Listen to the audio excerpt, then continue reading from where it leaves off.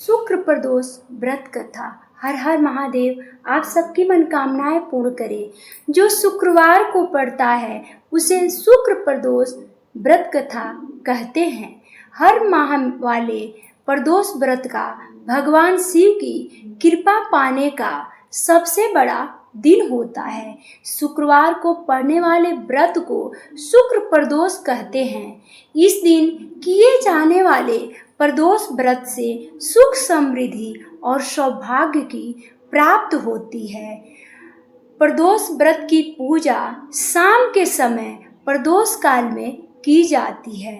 यह प्रदोष सूर्यास्त से लगभग 1 घंटे पहले का समय होता है, जो प्रदोष काल कहा जाता है।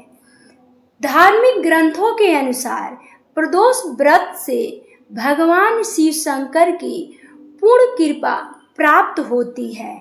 इससे जीवन में किसी प्रकार की अभाव नहीं होती है।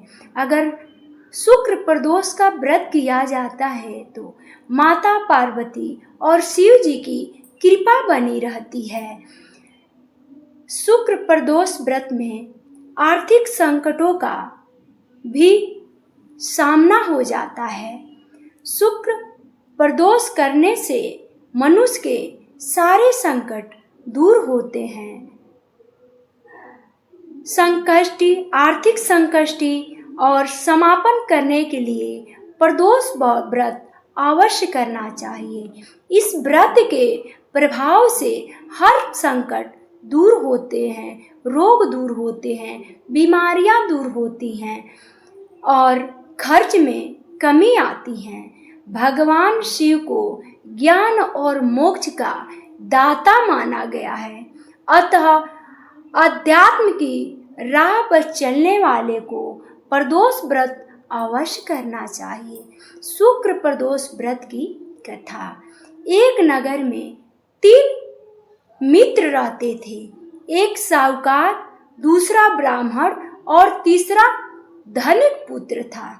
राजकुमार और ब्राह्मण कुमार विवाहित थे। धनिक पुत्र का भी विवाह हो गया था, लेकिन गौना नहीं हुआ था। एक दिन तीनों मित्र स्त्रियों की चर्चा करने लगे।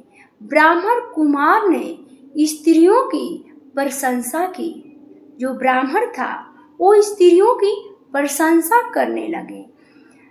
नारीहीन घर भूतों का डेरा होता है। जो ब्राह्मण थे वो यही बोले, अगर जिस घर में स्त्री न हो वो भूतों का डेरा होता है। स्त्री के बिना घर अच्छा नहीं होता है। धनिक पुत्र ने यह सुना तो तुरंत ही उसने अपनी पत्नी को लाने का निश्चय कर लिया।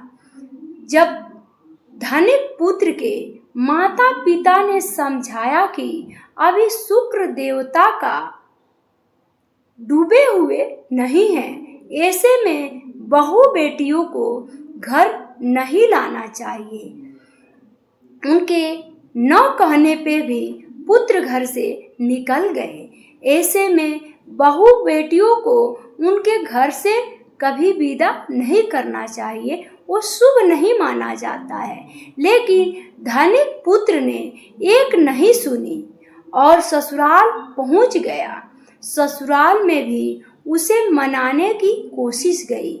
उसके सास ससुर भी कहने लगे, दामाद जी आज न ले जाइए,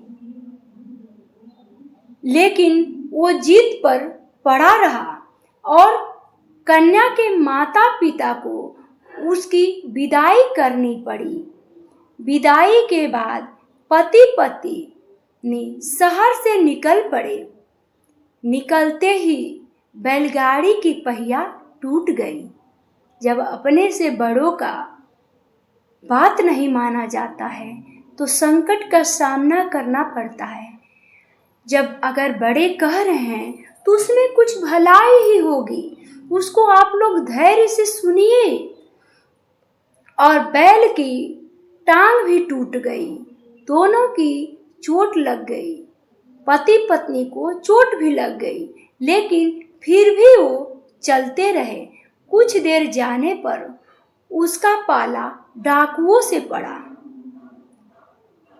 जो उनका धन लूटकर ले गए। दोनों घर पहुंचे। वहां धनिक पुत्र को सांप ने डस लिया। उसके पिता ने वैद्य को बुलाया। वैद्य ने बताया कि 3 दिन में ये मर जाएगा। जब ब्राह्मण को यह खबर मिली तो वो धनिक पुत्र के घर पहुंचा और उसके माता पिता को शुक्र प्रदोष व्रत के सलाह दी और कहा कि इसे पत्नी सहित वापस ससुराल भेज दीजिए। जहाँ से ये अपनी पत्नी को लेके आया है वही भेज दीजिए। धनिक ने ब्राह्मण कुमार की बात मानी और ससुराल पहुंचा गया, जहाँ उसकी हालत ठीक हो गई। यानी शुक्र प्रदोष के प्रभाव से सभी घोर कष्ट दूर हो गए। इस दिन कथा सुने अथवा सुनाएं तथा कथा समाप्ति के बाद हवन सामग्री मिलाकर 11 या 21 या 108 बार ओम ह्रीम क्लीम नमः शिवाय स्वाहा मंत्र से आहुति दे। उसके बाद शिव जी की आरती तथा प्रसाद वितरित करें। उसके बाद भोजन करें। कहा जाता है कि शुक्रवार को जो प्रदोष पड़ता है वो कोई भी करता है, उसके व्रत के सौभाग्य से दाम्पत्य जीवन में सुख शांति भर जाती है। यही कारण है कि आज के प्रदोष व्रत का काफी खास महत्व होता है। शुक्रवार के दिन पड़ने वाले इस प्रदोष व्रत से सुख समृद्धि मिलती है। आप लोग इस व्रत को अवश्य करें। श्री भोलेनाथ कैलाशपति आप सबके जीवन में सुख शांति समृद्धि लाएं, यही विनती है। कमेंट में हर हर महादेव जरूर लिखें। अगर चैनल पे नए हैं तो चैनल को सब्सक्राइब करें और लाइक करें। हर हर महादेव।